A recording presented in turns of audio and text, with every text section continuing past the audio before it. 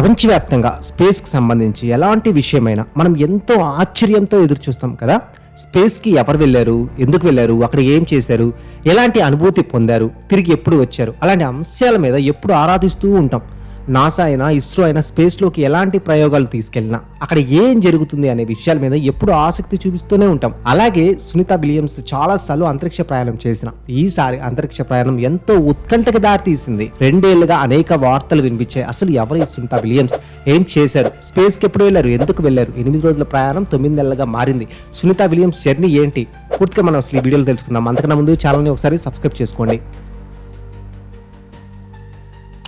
Sunitha Williams పరిమితులు అధిగమించిన అంతరిక్ష యాత్రికురాలు. Sunitha Lin Williams ఒక అమెరికన్ అంతరిక్ష యాత్రికురాలు, ఆస్ట్రోనాట్. అంతేకాకుండా అమెరికన్ నేవీ అధికారిని. ఆమె తన అద్భుతమైన అంతరిక్ష ప్రయాణాలతో, గొప్ప రికార్డులతో, స్ఫూర్తిదాయకమైన జీవిత యాత్రతో ప్రపంచవ్యాప్తంగా ఎంతో మందికి ఆదర్శంగా నిలిచారు.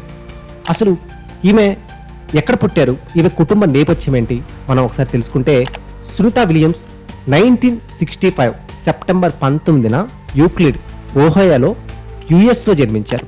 ఆమె తండ్రి డాక్టర్ దీపక్ పాండ్యా భారతీయ అమెరికన్ కాగా, తల్లి బానీ పాండ్యా స్లోవియన్ అమెరికన్. ఆమె కుటుంబంలో విద్య, కృషి, పట్టుదల ప్రాథమిక విలువలుగా పెంపొందించబడ్డారు.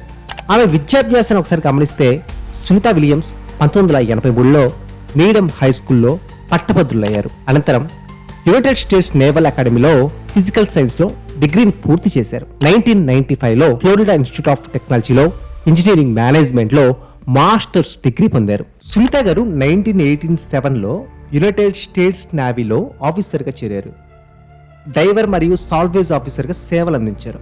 అనంతరం ఆమె హెలికాప్టర్ పైలట్గా శిక్షణ కూడా పొందారు. ఆమె నౌకాదళ సేవల్లో పర్షియన్ గల్ఫ్ వార్ సహా అనేక అంతర్జాతీయ మిషన్లో పాల్గొన్నారు. నాసాలో ఆమె కెరీర్ ఎలా స్టార్ట్ చేశారంటే, 1998లో సునీత విలియమ్స్ గారు నాసాలో అంతరిక్ష యాత్రికురాలుగా ఎంపికయ్యారు. ఇది ఆమె జీవితంలో కీలకమైన మలుపు. మొదటి అంతరిక్ష మిషన్ ఎప్పుడు స్టార్ట్ చేశారంటే 2006 నుండి 2007. సునీత విలియమ్స్ గారు 2006 డిసెంబర్ 9న స్పేస్ షటిల్ డిస్కవరీ STS-11 ద్వారా అంతర్జాతీయ అంతరిక్ష కేంద్రం ISSకు వెళ్లారు. ఈ మిషన్ లో ఆమె 195 రోజులు అంతరిక్షంలో గడిపి, ఆ సమయంలోనే మహిళల్లోనే అత్యధిక కాలం అంతరిక్షంలో గడిపిన వ్యక్తిగా రికార్డు సృష్టించారు. ఆమె 4 స్నేక్ వాకులు నిర్వహించి మొత్తం 29 గంటల 17 నిమిషాలు EFA నమోదు చేశారు. అంటే ఎక్స్ట్రా వెహికులర్ యాక్టివిటీ. ఆమె ISS లో ఉన్నప్పుడే బోస్టన్ మ్యారథాన్ పరుగులో కూడా పాల్గొన్నారు. దాని తర్వాత రెండవ అంతరిక్ష మిషన్ ఎప్పుడు స్టార్ట్ అయిందంటే 2012లో స్టార్ట్ అయింది. సునీత గారు 2012లో సోయిజ్ TMA-05M ద్వారా మరలా అంతరిక్షంలోకి వెళ్లారు. ఈసారి ఆమె ISS కమాండర్ హోదాలో బాధ్యతలు స్వీకరించారు. ఇది మహిళలకు దక్కిన అరుదైన గౌరవం. ఈ మిషన్ లో ఆమె మరిన్ని 3 స్పేస్ వాకులు చేసి మొత్తం 50 గంటలు దాటిన EFA సమయం నమోదు చేశారు. ఇది ఆ సమయంలో మహిళలో అత్యధికమైన రికార్డు. 2007 జూన్ 22న Sunita Williams space shuttle Atlantis STS-117 ద్వారా భూమికి విజయవంతంగా తిరిగి వచ్చారు. ఆ ప్రయాణం సమయంలో ఆమెతో పాటు మరికొందరు వ్యోమగాములు భూమికి చేరుకున్నారు. సునీత విలియమ్స్ ISS లో 195 రోజులు గడిపారు. ఇది అప్పటి వరకు ఏ మహిళా వ్యోమగామి సాధించని అత్యధిక టైం రికార్డ్. ఈ అనూహ్య పరిస్థితిని ఎంతో ధైర్యంగా, స్ట్రాంగ్ స్టెబిలిటీతో ఫేస్ చేసి, తాను చేసిన సాంకేతిక మరమ్మతులతో ISSకి ఎనలేని సహాయాన్ని అందించారని చెప్పుకోవాలి.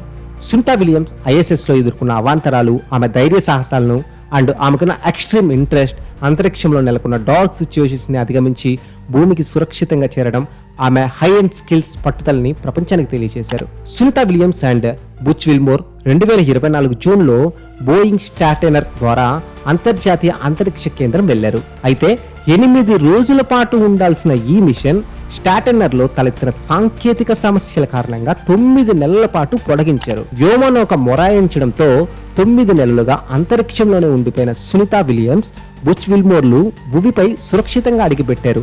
ఇంటర్నేషనల్ స్పేస్ స్టేషన్ నుంచి మంగళవారం తిరుగు ప్రయాణమైన సునీత విల్మోర్ భారత కాలమాన ప్రకారం బుధవారం తెల్లవారుజామున 3 గంటల 27 నిమిషాలకి ఫ్లోరిడా తీరంలో సేఫ్ గా ల్యాండ్ అయ్యారు. డ్రాగన్ వ్యోమనౌక సముద్ర తీరంలో ల్యాండ్ అవగానే సహాయ బృందాలు రంగంలోకి దిగి క్రూ డ్రాగన్ కు వెలికి తీశాయి.